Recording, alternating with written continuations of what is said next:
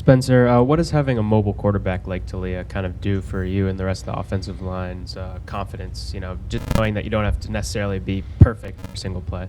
It's always good when you have somebody that can move the pocket. Not every time we're going to make our blocks and the pocket might break down, and it's always good to have a quarterback that can move around and kind of help us out stat-wise, not giving up any pressures or sacks per se. So it's always good to have a mobile quarterback.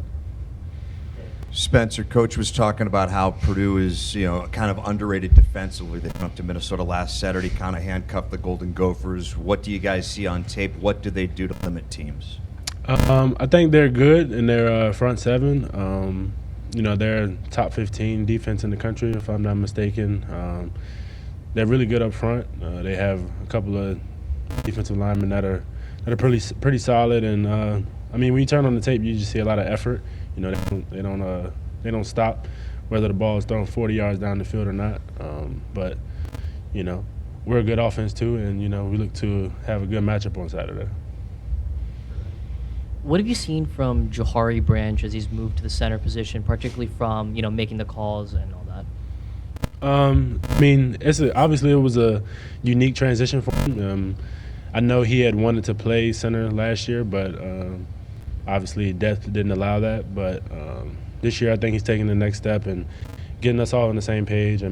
Whatever he says goes. Me being right next to him, whatever he tells me I do. So, I think he's doing a good job of controlling the offense and controlling the tempo. And him and Talia have a great relationship, so I think it's pretty good so far. What have you been most impressed with the young running backs? They were kind of the unknown coming into the year and have kind of maybe surprised us. Yeah, not going to lie, I guess I already knew Roman was kind of explosive, how he's been, and Kobe. Both of those guys are proven from last year, but I think the biggest surprise was Antoine. Obviously when he first got here, we were all like, oh, that guy's playing D-line. But, he made the transformation to his body and, got right. And he's, has the longest streak for touchdowns, I believe. And, as long as we open up the holes, granted, we don't have to open up the holes. He's running through them. And I remember talking to one of the guys from Michigan State last week, and he was like, I'm not saying I'm scared or anything, but he's a load to tackle, and I just kind of laughed at it. But it's good when you can have three backs that they're all fresh, and as long as we're doing our job, they're doing their job. Points going on the board, so that's all we were really worried about. That was a Michigan State defender. Yeah. Hi, Spencer. I want to know, what's your guys' confidence level right now in the locker room? And because you guys have been playing very, very well. Coach Loxley said that last week you guys was probably the best you've played on all three phases. Our confidence is sort of how it has been the last 3 weeks. We know we're a pretty good team, and we practice and prepare like it. We're not really shocked by the success, and we kind of don't want to sort of ride the wave. We take all the success in, but we're celebrating, but not for too long, because we have about 8 more games left or 7 more games left in our season, and we're just trying to take it as it goes. But the confidence is there, and everybody believes in one another, and I think team camaraderie is we're in good spirits, I would say.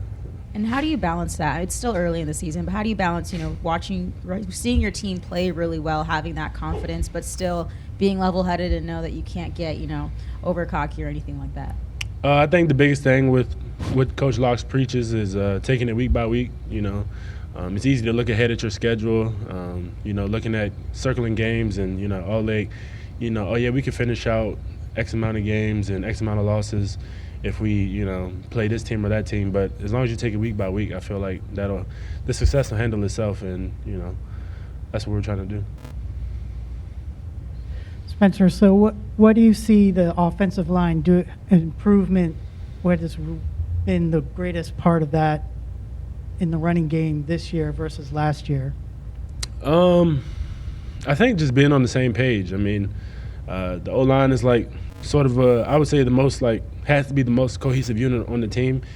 Not saying that we are, but I'm saying it has to be the most cohesive unit because of, everybody has to be on the same page. If one guy's not doing their job, then the running back gets tackled for loss, and everybody's calls affects one another. So I think it's a big nod to Jahari, getting us all on the same page and, from left side to right side and getting all on the same page so we can do our job so the backs can see the success that we've seen on Saturday. Spencer, you talk about the cohesion and camaraderie on the offensive line. Just how important, bringing everyone back from last year, how much has that helped this year? And have you been able to notice, specific improvements, having the same unit as last year and improving this year? Yeah, it's always good when you had guys that have had previous experience in the last year, and it's always good to bring those same guys back. I think it's good that we don't have to kind of integrate anybody else into the offensive line room or, kind of bring somebody along. We all kind of know our strengths and weaknesses, and we can build upon that. So. Spencer, it's one thing to get those breakaway runs that you guys have had early and often this fall. That's kind of the sizzle, but the steak. There were a bunch of 3rd and shorts where you guys were able to get the yardage last Saturday. How encouraging is that for you guys as a unit up front as you enter the teeth of the Big Ten schedule? Yeah, it's always good when you can get that short yardage conversion.